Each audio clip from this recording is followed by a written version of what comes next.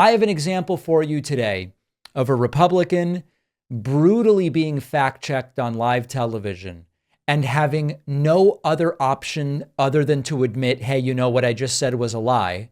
So he simply keeps on telling the same lie. This relates very much to something that takes up an entire chapter in my forthcoming book, which I'll tell you about in a moment. This is Republican Congressman Tom Tiffany. He was on CNN. He was trying to tell CNN anchor Boris Sanchez that they have the evidence of the illegal money something with Joe Biden.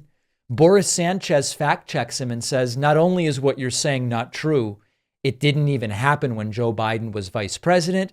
Listen very carefully to what Tom Tiffany says, because this, if you blink, you will miss it. But this is one of the biggest problems with American political discourse right now. See if you can spot it, and then we will talk about it. And there's no evidence in any of the documents put out by the Oversight Committee that a single dollar went to President Biden when he was in office. Therefore, there's no evidence that he did anything illegal, that he abused his power, or that he abused his power in office to help his family members or friends get wealthy. Yeah, well, Joe Biden has a check in the amount of $40,000 that has his name on it. You got another $200,000 check that came from Jim and Sarah Biden to him. I mean, there's over $20 million here. I actually have that check here. That was a check from 2018 when he was not vice president, and it actually says that this was a reimbursal. This was a loan repayment from his brother. So you can make the case that the Bidens did not do this while Joe Biden was vice president, but I think it's contrary to the record. And it's contrary to what happened when Joe Biden was vice president and he went and called off the prosecutor. All right, so now he goes over to the Victor Shokin thing, but that's not what I care about. Did you notice the language that Tom Tiffany used there? Tom Tiffany referred very specifically to a particular check.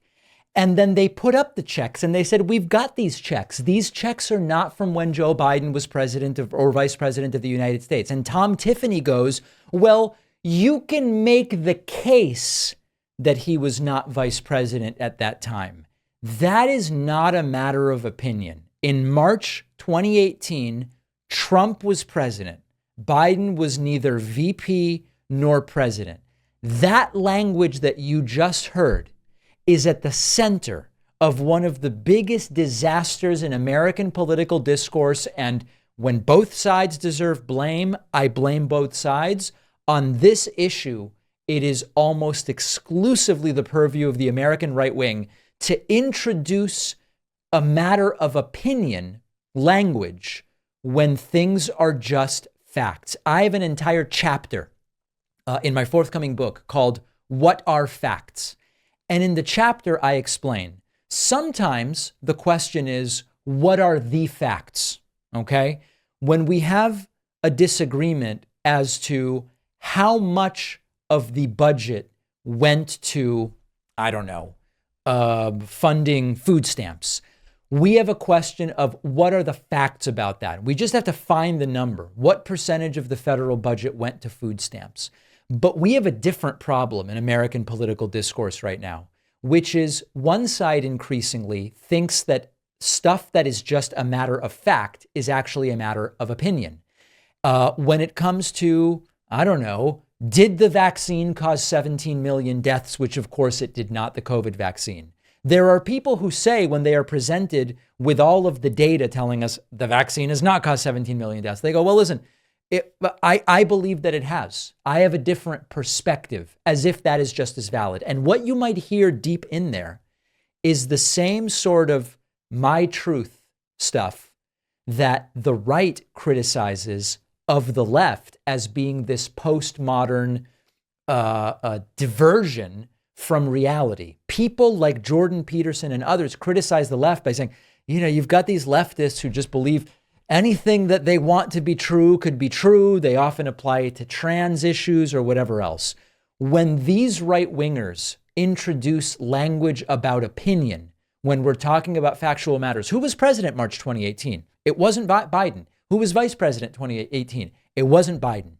This is a complete derailment from even the mere possibility of moving forward on any issue when we can't even agree as to what counts as a fact. Pew Research did a very interesting study a few years ago.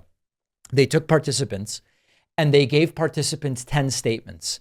5 of the statements were opinions, things like ice cream is the best type of food or something like that. 5 of the 10 statements were facts. And they said to the survey participants, categorize these. Put the 5 fact, they didn't tell them it's 5 and 5. Put the facts under fact category and put the opinions under opinion category.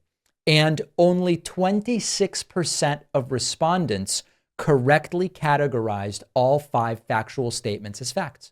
And only 35% of respondents correctly categorized the 5 opinion statements as opinions. These are disturbing numbers because we had enough trouble when we were just disagreeing about what the facts were. Now, more than half the country, based on the Pew Research study, doesn't even know what sorts of statements are statements of facts versus statements of opinion. Let's leave it there for now. When it comes to this Joe Biden stuff, fortunately, it's going nowhere, but a really disturbing thing to see from these folks where it's like, if I just don't like the truth, I just claim it's a matter of opinion.